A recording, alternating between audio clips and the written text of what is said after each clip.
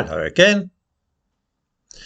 As I'm sure many viewers are aware, I'm happy to pray in the buildings of almost any religion, whether a Hindu temple, Sikh Gurdwara, mosque, church or synagogue.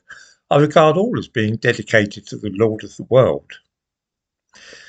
I cannot help, though, being slightly irritated about the way that one of these many religions is singled out for special consideration, to the extent that it had even had a hate crime named after it. Islamophobia.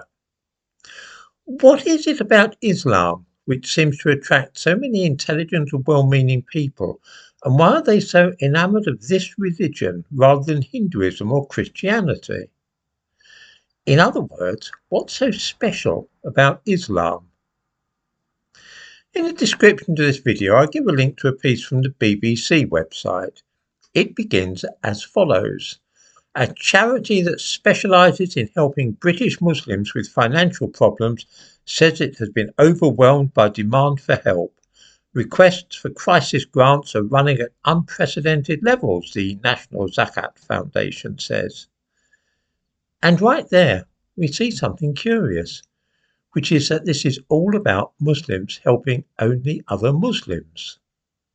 There are a number of sad stories in this piece about Muslim mothers who need help from a Muslim charity to feed their children and so on. But the essence of the matter is that these are Muslims who are only willing to help those who follow their own religion. Still, many of these people are of South Asian origin, aren't they? Isn't it only natural that they should wish to take care of those who belong to the same ethnicity as them and who follow the same faith? Well, there is an interesting debate to be had there, I think, about how people should behave when they come to live in this country.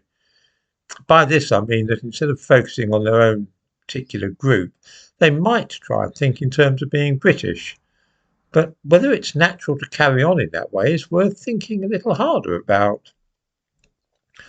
Also in the description to this video, I give a link to a piece from a local newspaper in Coventry. It is from the end of 2020 at the height of the COVID business. It may be remembered that due to the COVID regulations, hundreds of lorry drivers found themselves stranded on the road leading into Dover. They were stuck there for days without food or water. Sikhs in the Midlands town of Coventry, hundreds of miles away, decided without any fuss that they should help these people.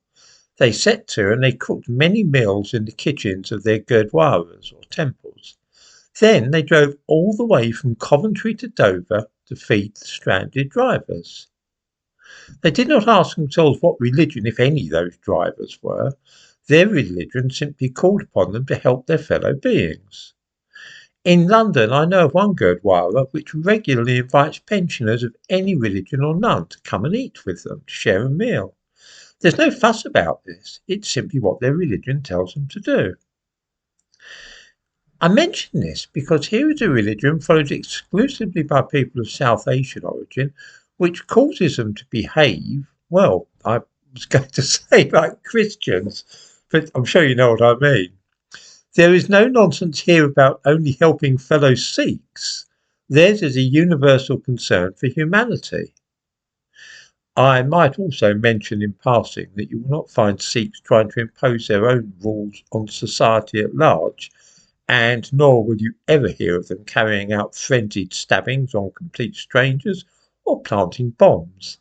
They don't run grooming gangs either, or do any of the other disagreeable and antisocial things which members of some religions get up to.